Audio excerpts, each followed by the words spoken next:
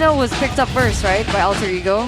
So Kesq, he took a chance. He took a risk picking up the Aurora, and I don't think it would have been as effective if they didn't pick up the Aurora. Faramis ban though. To live is to trick. Yeah, I guess because they're looking for single target pickoffs with the Jawhead, the Faramis was a way for Alter Ego to counter Onyx single target pickoff. There you go, Faramis. Huge respect to Hijume too. True. I wonder if that's a hint towards a potential glue showing up for Rrq. The Lucas though, banned away as well by Alter Ego. So I guess this Badang is already in the EXP lane, so they don't feel that pressured at all, banning away a lot of these other EXP laner choices. The last ban for Rrq though. Okay, it's gonna be a mid lane thing, right? Luo Yi is still open. Exactly, the Luo Yi, like you mentioned, Eterna, still very much present. Muscle of iron. Gatot. There you go, there's the Gatot Kacha. Is it a bait? Are they trading the Luo Yi Valentina? What's the plan here? I think Luo Yi would fit Rrq's composition a bit more, but Alter Ego would also find a lot of value with the Luo Yi, with the Badang. I don't know. Wait. Oh, never mind. Yeah, they can go Sicilian and Valentina, so they got options as of right now. Alter Ego seems like the only real straightforward approach here is to go for that Luo Yi, right? Fight for the no, ultimate Hilda. canteen is Oh, Badang Rome. Hilda XP. Wait, that's stop the Mirko's Suyo. favorite. I Mirko's love favorite? Badang Rome. Yeah, I wonder if the Hilda, so in theory, can stop the Suyo from farming as efficiently, but against a Jawhead, it becomes a bit scarier, right? A lot of independent damage in his own right, built-in tankiness as well, so it makes the Hilda a lot more vulnerable, so we'll have to wait and see. Do they need more CC? I think they do. I think they gotta go and like surprise Alter Ego, right? Did they go Luo Yi and I mean, Edith? Eve is an option. Iron Steel. Ready to They go roll. Hylos. Farsa Hylos. Wow, there's a lot of dive here from Alter Ego. Joy, Badang, Hilda. And then the final pick could be a Valentina, and then it could round things up really well. Again, stealing the Feather Airstrike, having the Glorious Pathway, being able to dive with the rest of the team. Being able to avoid the dive coming in from the Suyo, Yep. the Irithel, and the Jawhead. I agree. It's not a bad pick at all here. It's either that or Luo Yi, right? Yes. Do they want comfort and fighting prowess, or do they want macro? And if you know Alter Ego, usually fighting comes first, but I agree. you never know. This is a different Alter Ego. What's the choice? What's Go Valen, The Hijume. decision. Just go Valen. go Valen? There you Yep. go. They're gonna fight fire with fire here. Alter Ego. Woo! All right. The fans sure still seem very confident, but this is quite the tense moment. What do you think about the early game composition? Who do you think is stronger, Rrq or Alter Ego? I think purely because of the Jawhead, I feel like in the early game, Rrq will have a bit of an edge here. Rrq. With the Suyo and Jawhead, they should have the edge, but I don't know, man. This is a signature pick for Alter Ego to the Joy. Yeah, they're gonna have to concede Turtle 1, I think. Concede Turtle 1, play for Turtle 2 for Alter Ego. All right, there it is, ladies and gentlemen. Will this be a clean sweep? Will this be a stop to yet another team's win streak here at MPL ID Season 15? till the enemy Will it be reaches another the team back. falling into the hands of the chaos of Alter Ego? All troops Let's get into the Land of Dawn. Let's get into game number 2. welcome of this to matchup. Mobile Legends. All right. Looking at the emblems again. Focusing Mark Badang, by the way, with And the Jawhead. killing spree on highs and on Jawhead as well. So Takeoff seems to be something that both teams have some interest in. But for Rrq, they shouldn't have more tools, more flexible tools to try and do that. Early on though, no wave tier assistance coming in from Edok. It's all about leashing the camps, trying to get an EXP advantage for Hazel. So let's see what the response is for Alter Ego for this lethal fight. Okay, already some trade-in damage. Remember, looking back to game number 1, it was Rrq with first blood. It doesn't look like Alter Ego are going to be too aggressive in the mid lane. As we now take a look into the emblems. Inspire for both Hijume and Dream. So cooldown is the name of the game for them. And actually, Tenacity for Rins. Now it does instead of giving you stats, it gives you percentage damage reduction when you're below 50% HP. So in a way, it's better. It just works differently for the damage calculation. But for Alter Ego, with 3 members, including the Hilda, running the Wilderness Blessing, they're trying to attempt the same style here. They want to be as aggressive as possible all across the map. Oh, talking about aggressive all across the map, already Wings by Wings coming in from Rins. And I think he's also respecting the amount of dive that Alter Ego will later have. That's why he went for something a little bit safer in his sub-emblems. A little rotation back into the mid lane by Rrq as they were unable to find anything in the top lane. Look at the movement from Rrq though. They're just hanging around in the same spot. It's almost like they're a bit concerned about a potential gank or all-in coming in from the side of Alter Ego.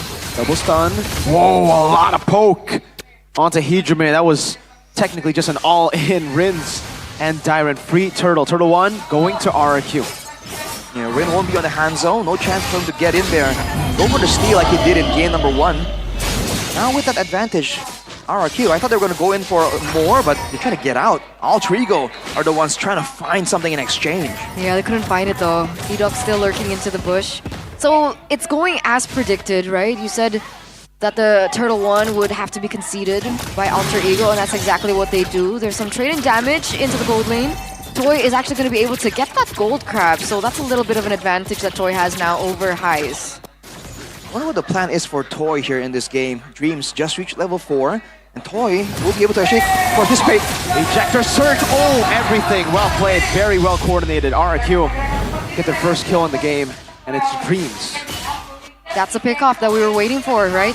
Level 4, Rins with a Feather Airstrike, Unstoppable Force as well, coming from Edok. That's exactly what we were anticipating. Let's see if they're able to build on top of it. It looks like they're now rotating onto Highs.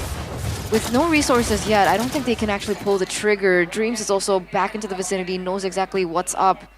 No information as to their whereabouts. Ooh, look at the cut though from Dyren. Immediately understanding, recognizing that Nino isn't in the area, but look at that.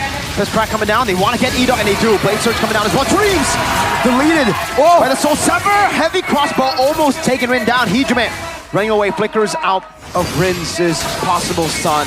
Hazel going for the purple buff. Rin, risky move. Oh, he tried to go for it. Used the red tree, but Hazel was too quick for him. That's a risky move, and now Alter Ego will be forced to leave that purple buff. Not responding for a while now. Rin trying to find something on the other side of the map. But this is a great start by Rrq. Can they maintain this pressure though? Because so far, Alter Ego, they're not really winning it out, but they're not really falling too far behind either. So it's still anyone's game. Yeah, but Hazel didn't use his Retribution earlier on, and I think Alter Ego needs a few more seconds for that Retribution to spawn up. Dreams, however. There's crack again. TCMU with Blade Surge coming out. Two-man stun for Hazel. Hijime stealing the Queller just for the dash.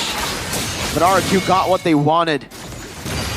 Oh boy, that's a lot of damage. It's gonna force a recall to at least 1 member. And that's enough space for them to pick up this turtle uncontested. Nino?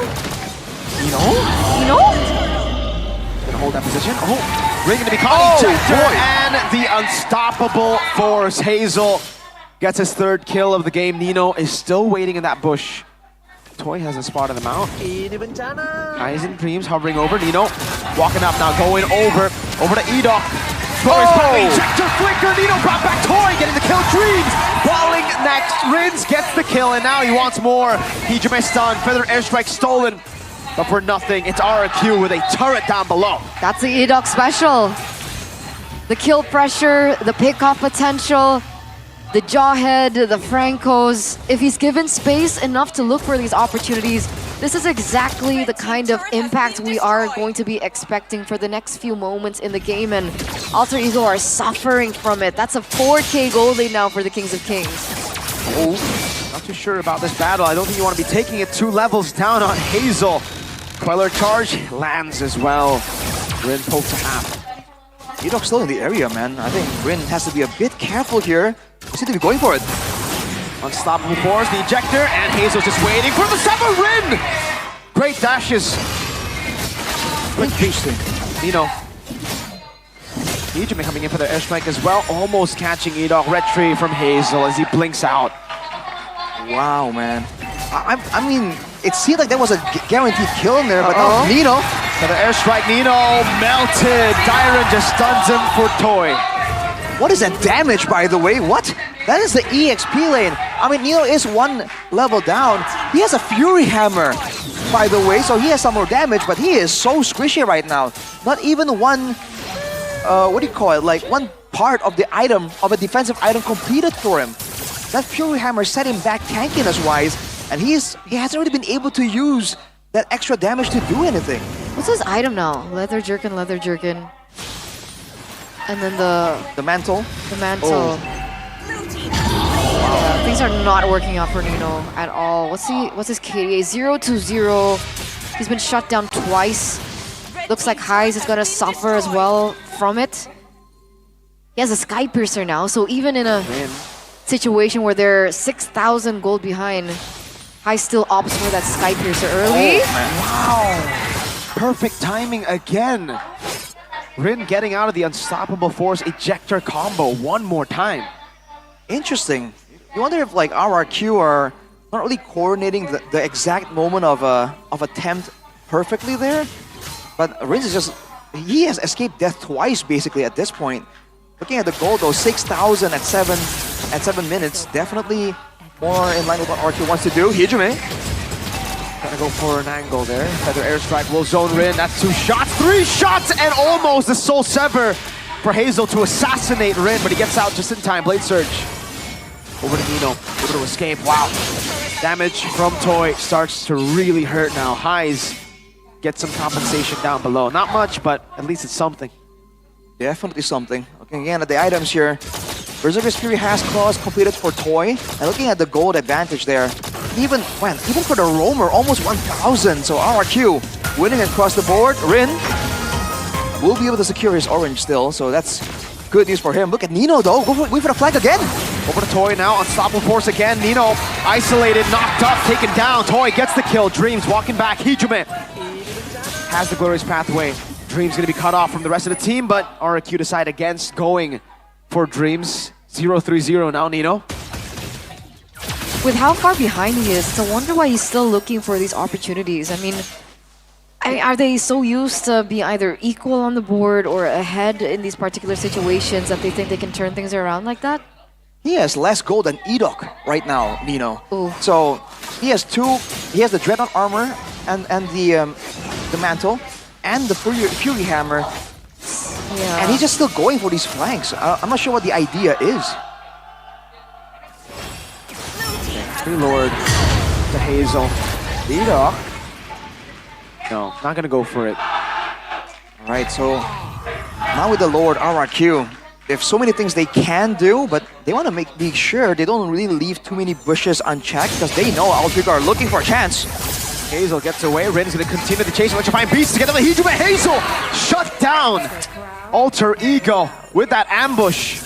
Okay, but that's a lot of resources burnt out. Hijume's in trouble. Wow, Hijime read out. But with Dyron and Rin's here, the Lord won't be utilized. I think Hijime is doing a good job. Going between the turrets, escaping as well. Hijime bought so much time. He just won't put the turret. No, it's not his turret. The turret is fine. Hijime is going to make a great escape. That's the most anticlimactic great escape. The glorious pathway to slow Dyron down. Oh, man. Quick thinking, and that's actually been able to buy enough time for Alter Ego to safely secure the Lord. It looks like 2 of the shields as well are still intact, aside from the mid lane. So all in all, it's Alter Ego prolonging themselves in the series. I feel like it's definitely a win for Alter Ego. Looking at the gold distribution as well, they were able to get Hazel in that bottom fight. So from 6 to 7k down to 5k, definitely a great move by Alter Ego. And they do scale pretty well. Granger and the Joy both do insane damage in the late game, depending on the items. Rin only at the Holy Crystal at this point, but you know, if Alter Ego give away a couple of more moments here in this game, that could easily change very soon. So how far are we from that power spike to hit for Alter Ego? Echo proud. I feel like 1 or 2 more items should allow them to at least find the big moments, punish mistakes from Rrq. Looking at Dyron though as the main frontliner for the side of Alter Ego, as far as magic damage goes, he went for the Athena shield. So Rin and Hijime won't be able to burst him down. It has to be Heis to go for him. What's Heis standing at? Prolific Roar, Hunter Strike, and Sky Piercer. Wait a second! Oh, Nino bursted again. He doesn't stand a chance against the damage of Rrq, the burst damage. Nowhere close to tanking that. It's unfortunate, right? Because technically, who's supposed to be the one to look for these opportunities? Edok, meanwhile, conceal play. Pathway stolen by Hijime. Oh, great read! Ties with the dash back as Edok goes into the flicker. Now Rin jumping back and forth. Has full stacks. Not the full perfect stacks, but full stacks. They defend the turret in the mid lane. Rrq would have loved to get a base turret before the next Lord, but Alter Ego continue to defend. They back away so suddenly as well, so Alter Ego were able to get the orange buff in the hands of Rin as well. Look at them looking for a moment now. Wow, glorious pathway. The respect given. Big ult though, Darren. Look at the setup by Toy in the bottom lane though. That wave, ever so slightly, will be pushing in favor of Rrq. Look at Dreams. Unstoppable force. Hijime with the flicker out to safety with the glorious pathway. Now plays on Edok, gonna be taken down high. Picks up the kill. Toy looking forward with a heavy crossbow. Nino very low. So able to escape Dreams as well. 1 HP Rin. Electrifying beats. Not enough to take anyone down. That's a lot of damage from the Queller. Both teams back and forth. Edok down. 1-0 Rin. Oh, cancelled. Red out. Can he go for a steal, though? It looks like Alter Ego members are quite low. Some of them had to force in a recall, but remember, this is Rrq converging without Edok. The Lord has actually been resetted. Let's see if Nino can look for a moment. Tried. Rrq deny it. They know they gotta wait for Edok, so they wait. And the bottom wave is still pushing in favor of Rrq, so Alter Ego looking quite desperate to try and get a fight, but Rin might show on the bottom lane. Expect Edok to go for something, but no flicker is available just yet. Rin is down below. Yeah, they go for it now. Pinning Dyron down. Lord gonna be taken for free. Rin was all the way down below. Fist crack coming down. Nino stunned again. The feather airstrike from Rins. Alter Ego concede yet another Lord. And they still have to go and do housekeeping. Apple? Yeah, what is it, an apple? No, he was squishing it. It's like a stress toy. ball. Yeah, it's a stress ball, so he's Maybe- feeling the tension. Maybe it was an apple, and then the game got tense, so he was like, all right, let me stop eating, let me start pressing. That's weird. It was like squishy, so I don't think so. But now with the Lord, can they finally crack open a base? Can they actually go for an end even? Yeah, they'll be able to crack open a base. Oh, Edok trying to go for an ambitious move. Didn't get it. Madal. Oh! Oh, Toy gets enough damage together with Hazel. Now reinforced back again. Dreams. Fist crack on 3. Highs. Not enough damage. Rin with the electrifying beat. Stunned down. Taken out. Hazel is a maniac. He will look for the Savage. He will not get it. But he will get that equalizer. 1-1. We're going to game number 3. It truly is deja vu to the grand finals of season 6, going all the way, full series closing match. I was looking kind of close, man. Rrq wrestling back control right there from Alter Ego. In dominant fashion, man. That combo, the Suyo Jawhead is so